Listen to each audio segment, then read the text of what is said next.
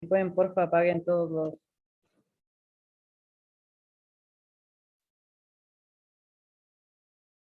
Hola, buenas tardes. Mi nombre es Ismael Espín. Soy residente de cardiología del Sanatorio Ramón Cereijo. En el día de hoy vamos a presentar el tema del electrocardiograma normal y obviamente su rutina de interpretación. Voy a empezar hablando del electrocardiograma.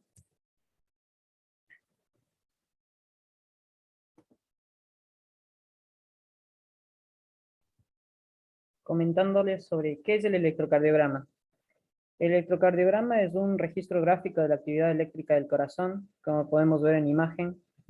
Es importante darnos cuenta que es una foto del corazón. Se toma por un electrocardiógrafo, que es igual a un sistema de registro, y esto es igual a una foto, como les decía. Esquemáticamente podemos ver a la mujer y las diferentes derivaciones que ya las vamos a explicar, las vamos a ver cada una de ellas. Y lo que es importante acá es que el electrocardiograma, dependiendo de qué derivación la veamos, estamos viendo el mismo momento del corazón. Si vemos en la primera parte un ABL, ABF, que vemos unos latidos cardíacos, que vamos a ver después cómo los vamos a leer y todo, vamos a tener en cuenta que en B1, B2, B3 vamos a tener el mismo latido cardíaco. De ahí la importancia de, en el ámbito clínico, en el ámbito hospitalario o también en el ámbito ambulatorio, pedir un electrocardiograma con un D2 largo, porque el D2 largo es el que nos está dando ya no solo una foto, sino como una grabación del corazón. ¿Ok? El electrocardiograma toma los impulsos eléctricos que provoca el corazón. Ya sabemos que la célula miocárdica es capaz de producir impulsos eléctricos. Como es capaz de emitir impulsos eléctricos y nuestro cuerpo está lleno de electrolitos que transmiten estos impulsos eléctricos, son de muy bajo voltaje.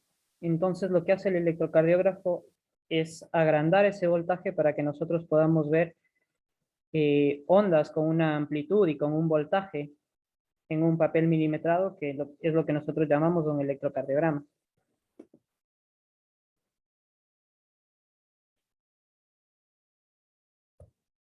Tenemos varias derivaciones del electrocardiograma.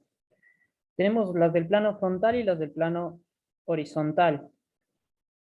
Las de plano frontal son las que podemos ver en la fotografía, en donde internacionalmente está establecido que en la mano derecha tiene que ir el color rojo, en la mano izquierda el color amarillo y en el pie izquierdo el color izquierdo. También tenemos el color negro, que es una toma a tierra. ¿Ok? Los electrodos que vamos a poner en el cuerpo internacionalmente están catalogados de este color, pero es importante saber que cada electrocardiógrafo a veces tiene cambiados los colores o a veces está mal puesto el cable. Entonces siempre tenemos que fijarnos que en la mano izquierda va a ir ABL, en la mano derecha va a ir ABR, en el pie izquierdo va a ir ABF. ¿Ok? Entonces, nosotros al poner las derivaciones del plano frontal, estamos haciendo un triángulo como podemos ver en la imagen, siendo sus lados superior, derecho e izquierdo, viendo en posición anatómica del paciente.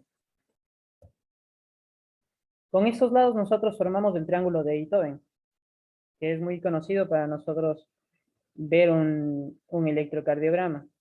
Para saber que las derivaciones del plano frontal están bien colocadas, tenemos que cumplir la ley de Beethoven. La ley de Beethoven dice que D1 más D3 tiene que ser la sumatoria igual a D2.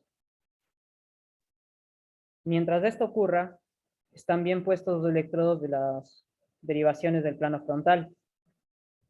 Por lo tanto, al hacer el triángulo de Beethoven, vemos que en el lado superior, como les estoy enfocando, En el gráfico A podemos ver la derivación D1. El lado derecho del paciente nos va a dar la derivación D2 y el lado izquierdo del paciente nos va a dar la derivación D3. Cuando trazamos ya todo el triángulo, más el ABR, ABL y ABF, tenemos un sistema hexagesimal. Cuando ese sistema hexagesimal lo ponemos en el cuerpo humano, hipotéticamente vemos un triángulo equilátero en el cual en el centro tenemos el corazón. En los estudios posteriores a lo que dijo Beethoven, se vio que el triángulo no es exactamente equilátero, sino se podría hablar de un triángulo isósceles.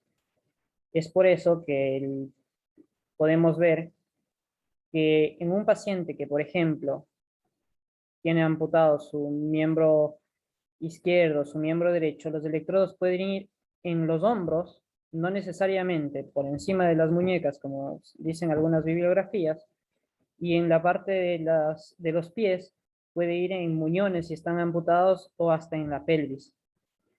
Siempre y cuando recordarles que para tomar un buen electrocardiograma tenemos que calibrar el electrocardiógrafo y también poner un gel o alcohol para que siempre se pueda pegar bien los electrodos hasta la piel, siempre y cuando retirando todas las cosas eléctricas que tenga el paciente para que estos impulsos eléctricos no provoquen una variación en nuestro electrocardiograma. Las siguientes derivaciones que tenemos es el plano horizontal. Como les decía, el electrocardiograma tiene plano vertical y plano horizontal, vertical o frontal y horizontal. El plano horizontal, igual, los colores que está internacionalmente, pero siempre es importante, y siempre lo digo, fijarse bien los cables, porque a veces un color se cambió, la enfermera cambió el capuchón a otro cable o algo, y eso nos puede dar una vista errada del electrocardiograma. Ok, las derivaciones del plano horizontal va a ser B1, B2, B3, B4, B5, B6. La derivación B1 tiene que estar en el cuarto espacio intercostal, en la línea parasternal derecha. B2 en el cuarto espacio intercostal, en la línea paraesternal izquierda. B4 en la línea media clavicular, en más o menos quinto o sexto espacio intercostal. B5 en la línea de la tetilla, que podríamos decirlo así, en la línea externa de la clavícula, y B6 en la línea axilar anterior. Esas son las derivaciones clásicas. Las derivaciones que nosotros podemos tomar en alguna patología como dextrocardia, que el corazón está al otro lado del corazón, que el corazón está al otro lado del tórax, la que vamos a variar es B3, B4, B5 y B6, que van a ser puestas en el lado contralateral, en el lado derecho del paciente. Y cuando sospechamos de algún electrocardiograma que tenga, qué sé yo, un infarto de cara inferior, cara posterior, entonces vamos a poner los electrodos en B7, B8 y B9. ¿Cuáles son los electrodos B7, B8 y B9? Retiramos el B4, B5 y B6 y los ponemos a la misma altura, pero la parte de atrás, la parte posterior del tórax, ¿ok? Lo que nosotros vamos a ver con estas derivaciones del plano horizontal es una foto, como les explicaba, desde la parte frontal del paciente, ¿ok? Como pueden ver, les explicaba el B3 del B4 que va a cambiar si sospechamos de una dextrocardia o si el paciente ya tiene diagnosticado. ¿Por qué se produce el electrocardiograma? Como les decía, nuestro corazón tiene voltaje y es muy pequeño, pero este voltaje es transmitido por las células del corazón, los miocardiocitos, y estos tienen bastantes, como todo nuestro cuerpo, eh, bastantes iones, bastantes electrolitos, ¿ok? Entonces, cada fase del ciclo cardíaco, como pueden ver en las imágenes, cada fase va a producir una línea del electrocardiograma, ¿ok? Antes de meternos ya estrictamente en el electrocardiograma, tenemos que ver el papel del electrocardiógrafo. ¿Ok? Es importante saber que es milimetrado, que cada cuadro pequeño representa 0.04 segundos. Eso quiere decir que 5 cuadros pequeños es 0.2 segundos.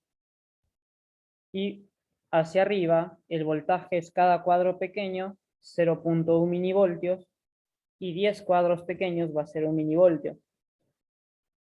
Es importante porque esto suele ocurrir cuando los electrocardiogramas no son realizados de buena manera o cuando el electrocardiógrafo no está calibrado, pues la velocidad que tiene que tener cada electrocardiógrafo es de 25 milímetros sobre segundo y una amplitud de 10 milímetros sobre milivoltio. Así podemos ver nosotros que el electrocardiógrafo está bien calibrado y podemos tener estas medidas que les digo, de que cada cuadrado pequeño 0.04, cada cuadrado grande 0.2 segundos, para lo que va a seguir, que es ver la frecuencia cardíaca, ver el eje y todo lo siguiente. ¿Ok? ¿Cómo es una forma de nosotros darnos cuenta de que el electrocardiógrafo está bien calibrado? Si nosotros vemos antes de cada derivación, antes de cada imagen, esta imagen en cuadrito que tiene esta forma. Cuando tenga esta forma, nosotros sabemos que la velocidad está en 25 milímetros sobre segundo y la amplitud en 10 milímetros sobre milivoltio. Hay veces que la forma está más delgada, podemos decir que está mucho más rápido, que la forma está más ensanchada, podemos decir que el electrocardiógrafo está mucho más lento, y eso nos puede llevar a tener problemas de una lectura como en la frecuencia cardíaca, por ejemplo. A veces vemos electrocardiogramas que tienen una velocidad muy ampliada, por lo tanto pensamos que está en alguna bradicardia o algo así, en caso que no es, pues estamos viendo una amplitud de las ondas.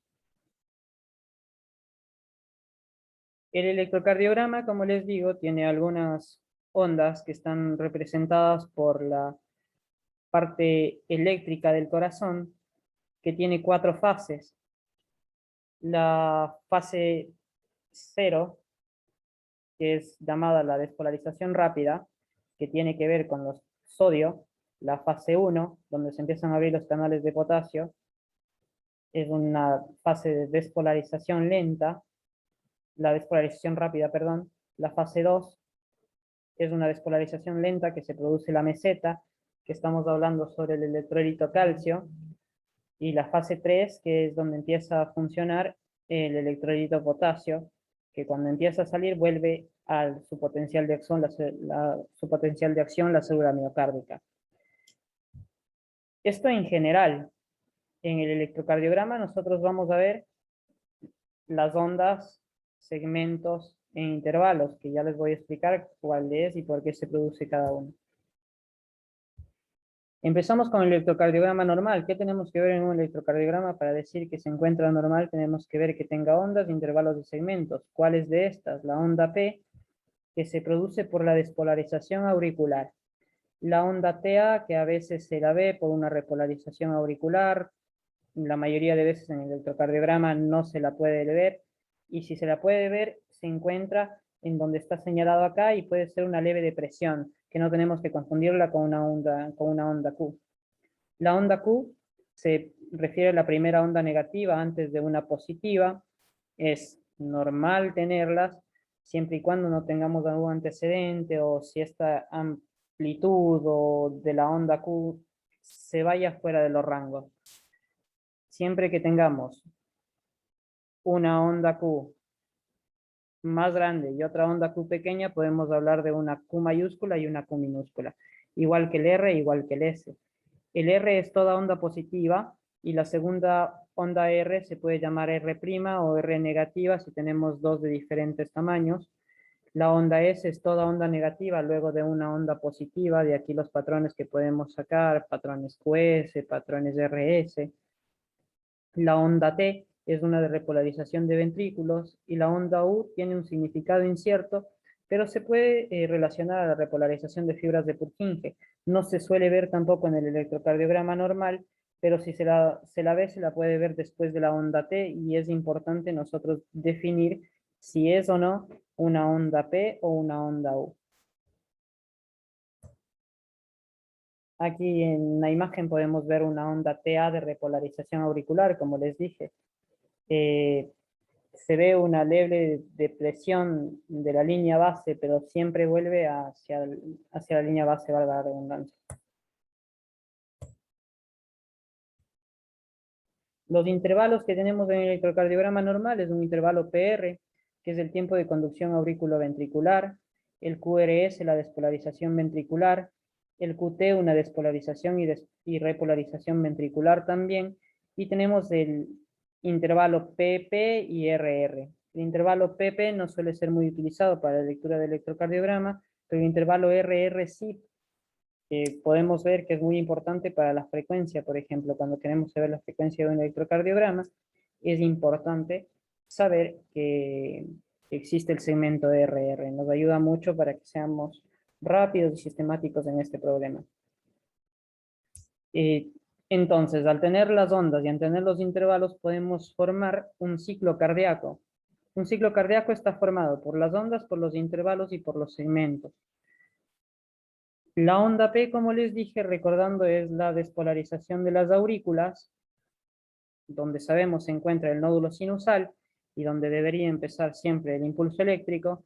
Produce la despolarización de las aurículas, luego viene el tiempo de conducción auriculoventricular, en donde se divide el impulso eléctrico entre las aurículas, y ese es el tiempo del intervalo que nosotros podemos ver en el PR. El QRS es la despolarización ventricular, cuando el impulso ya llega al nódulo auriculoventricular y después de este se divide hacia las fibras de Purkinje produciendo la despolarización ventricular. Podemos ver QRS, y ya vamos a explicar y vamos a darnos cuenta por qué existen tres ondas QRS en la despolarización ventricular.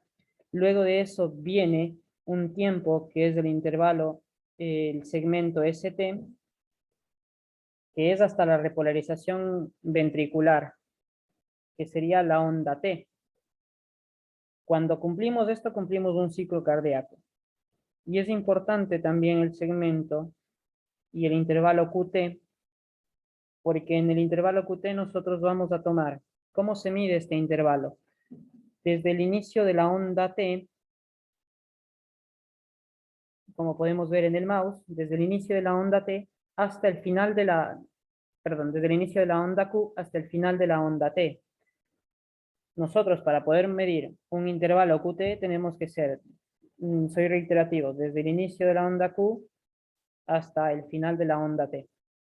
Con esto vamos a medirlo, vamos a saber los valores rangos normales y si están fuera de estos, ¿qué puede estar provocando esto? Es importante saber cómo medir un intervalo QT en un electrocardiograma que no tiene un ritmo sinusal.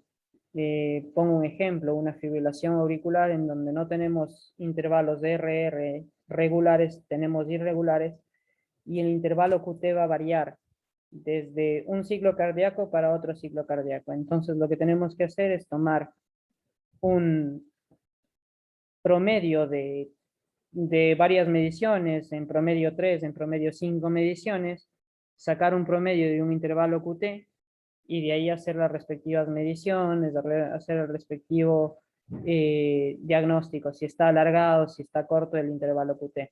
Esto es importante saberlo, más en una especialidad como cardiología, en donde vamos a estar muy familiarizados con esto.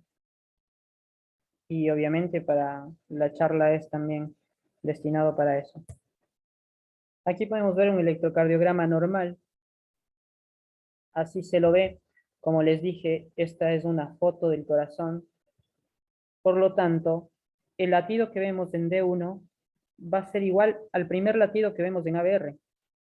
Y va a ser igual al primer latido que vemos en B1 y va a ser igual al primer latido que vemos en B4. Por lo tanto, es erróneamente que nosotros veamos intervalos, por ejemplo, queremos ver si el ritmo es sinusal, si los intervalos de RR son normales, medirlos, por ejemplo, en la derivación de uno y continuamos con el ABR y continuamos con el B1, por ejemplo, de esta R a esta R y luego de esta R a esta R y continuar como si nada.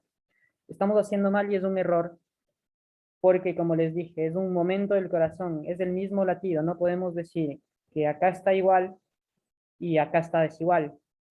Está mal. ¿Por qué? Porque si el intervalo RR de D1 nos da, qué sé yo, aproximadamente 5 cuadrados grandes, por decirlo así, en B1 también nos va a dar 5 cuadrados grandes en la primera, porque es el mismo momento que estamos viendo del corazón. ¿Ok? Entonces, acá lo que nos faltaría sería un D2 largo, en el cual nosotros podamos ver ahí sí el intervalo RR. Existen en el electrocardiograma regiones en donde nosotros nos podemos dar cuenta de qué cara está afectada siempre y cuando veamos un electrocardiograma que tenga alguna falla o algo así. En el día de hoy estamos viendo el electrocardiograma normal, pero es importante saber que existen caras del corazón y que cada cara está irrigada por una arteria. Entonces, cuando nosotros vemos en el electrocardiograma normal D1, estamos viendo la cara lateral alta junto con ABL. Si vemos D2, D3 y ABF, la cara inferior. La cara septal B1 y B2, la cara anterior B3 y B4 y la lateral baja B5 y B6.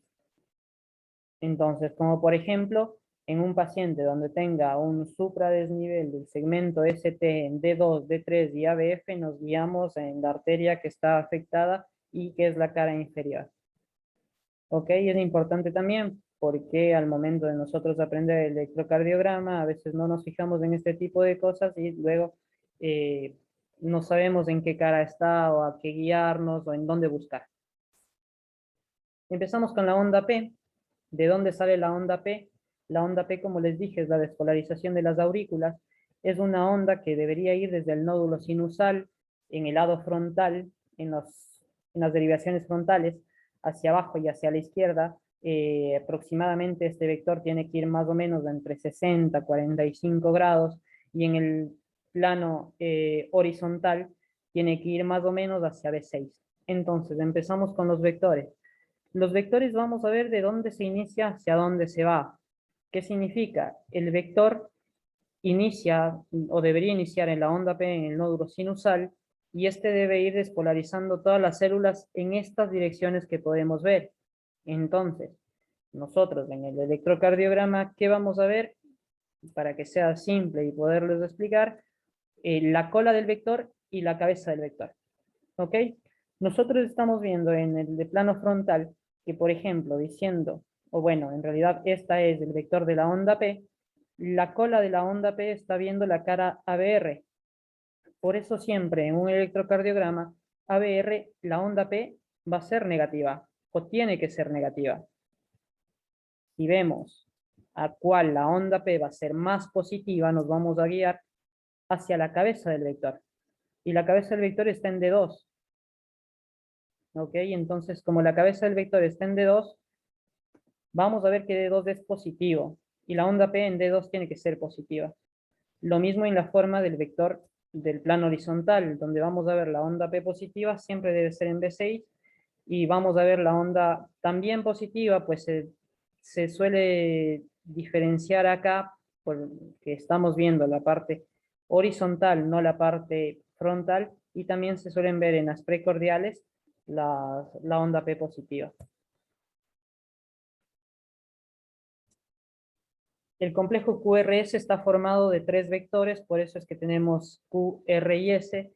La onda Q es en esta forma en el plano frontal, es desde el corazón hacia el lado derecho, más o menos, yendo hasta 150 grados, y es el vector anteroseptal en el plano horizontal, así que este vector despolariza la parte anteroseptal de los ventrículos.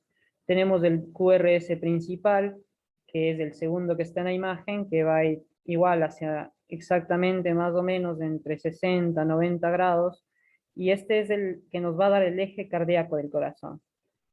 Y en el plano horizontal vamos a ver cómo están los vectores diseñados y cómo se van a ver directamente en el electrocardiograma, un QRS. ¿Por qué en un D1 vemos un QRS o un R'? Y todo esto significa por qué están los vectores dispuestos en el corazón. Ahora es importante saber cómo se formaron esas ondas de ese complejo para después, en el transcurso de la práctica, ir definiendo qué es lo que está pasando. En futuras clases vamos a ver las patologías del electrocardiograma. En cuanto a la repolarización, que sería la onda T, es este el vector que va desde el corazón hacia la parte de abajo, hacia ABF aproximadamente, y hacia la izquierda en el plano horizontal. Entonces, la duración de todas las ondas y de todos los complejos está resumido en este cuadrito, en donde nosotros podemos ver que la onda P tiene que ir desde de aproximadamente 0.10 a 0.12 de duración y de amplitud de 2.5 milímetros, ¿ok? El QRS tiene que ser desde 0.06 segundos a 0.10, a veces se toma hasta 0.12, y después de esto estamos diciendo que tenemos un QRS ancho o un QRS angosto si es menos de 0.6. El intervalo PR, perdón, es importante saber que lo mínimo es 0.12 y lo máximo 0.20. Así podemos decir que tiene un PR alargado, un PR corto, y esto es relacionado también con la frecuencia cardíaca del corazón. Un intervalo QT es un intervalo que debería ir desde 0.30 a 0.40. Es importante saber que el intervalo QT está relacionado con la frecuencia cardíaca, entonces tenemos que hacer un QT corregido. No es lo mismo un intervalo QT en un electrocardiograma normal en ritmo sinusal que un intervalo QT, como les decía, en un electrocardiograma que tiene una fibrilación auricular. ¿Ok? Entonces, sacamos un porcentaje, como les había dicho, de este intervalo QT, lo corregimos respecto a la frecuencia cardíaca, que existen calculadoras que lo pueden hacer, y vemos si está alargado o está acortado el intervalo QT. Para nosotros leer un electrocardiograma, esto va a ser rapidito. Tenemos que ver la frecuencia cardíaca, el ritmo cardíaco, la morfología de la onda P, el intervalo PR y complejo QRS junto con la repolarización. La frecuencia cardíaca, vamos a empezar, es una frecuencia cardíaca que normalmente el corazón debería estar dada a la frecuencia cardíaca por el nódulo sinoauricular, que lo que nos va a dar es una frecuencia cardíaca mayor a 60 latidos por minuto, y un nódulo aurículo-ventricular de 40 a 60 y un haz de His menor de 40. Así que cuando nosotros tengamos de 40 a 60 la frecuencia cardíaca, siempre que el paciente no esté beta bloqueada, no esté haciendo alguna falla o algo, estamos viendo que quien está dando el ritmo es el nódulo auriculoventricular. Cuando esté mayor de 60 podemos decir que el nódulo auricular está funcionando de manera normal o de manera excitada, a veces que tenemos más de 100 como una fibrilación auricular o una taquicardia sinusal. El sistema de Purkinje sabemos que se divide en las ramas de Purkinje y van a hacer la excitación de los ventrículos. El haz de Bachmann es el haz que va hacia la aurícula izquierda desde el nódulo sinoauricular y es una parte del vector de la despolarización de los aurículas. ¿Cómo medimos la frecuencia cardíaca en un electrocardiograma? Tenemos varias formas de medirlo. Tenemos el papel milimetrado, en donde tenemos los cuadrados grandes, en donde es cada cuadrado, intervalo RR, dividimos para cuántos cuadrados tenemos, y respectivamente es 300 dividido para el número de cuadrados grandes que tengamos. Si en el ejemplo, por ejemplo, tenemos un intervalo RR que está entre 3 cuadrados grandes, 300 dividido para 3, estamos hablando de una frecuencia cardíaca de 100. Acá en la parte de abajo tenemos si RR no cuadra entre las líneas de los cuadrados grandes, podemos contar los cuadrados pequeños que existen entre el intervalo RR y dividirlo pero para 15. En este caso, por ejemplo, tenemos 15 cuadrados y 1500 dividimos para la cantidad de cuadrados pequeños que haya y eso nos da la frecuencia cardíaca. Repito, si tenemos un intervalo RR, contamos los cuadros y nos dan 7, dividimos 1500 para 7 y ahí tenemos la frecuencia cardíaca, ¿ok? Para que quede claro. El ritmo está dado igual para que sea ritmo sinusal o ritmo no sinusal o arritmia. El ritmo sinusal está dado tiene que cumplir 3 condiciones: que la onda P sea de morfología normal y positivas en D2, D3 y ABF, esto quiere decir en la cara inferior del corazón, y negativas en ABR, como les dije, para que la onda P esté así tiene que ser sinusal, que el nódulo sinoauricular esté funcionando de buena manera. La frecuencia cardíaca está entre 60 y 100 y con frecuencias auriculares y ventriculares normales.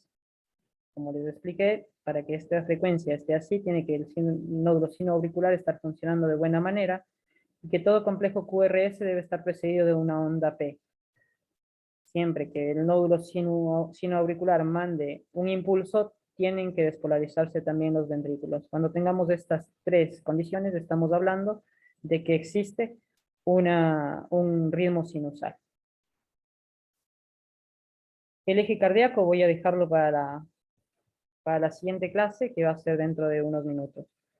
Quiero agradecerles y invitarlos para que sigan observando la clase que la vamos a hacer en este momento.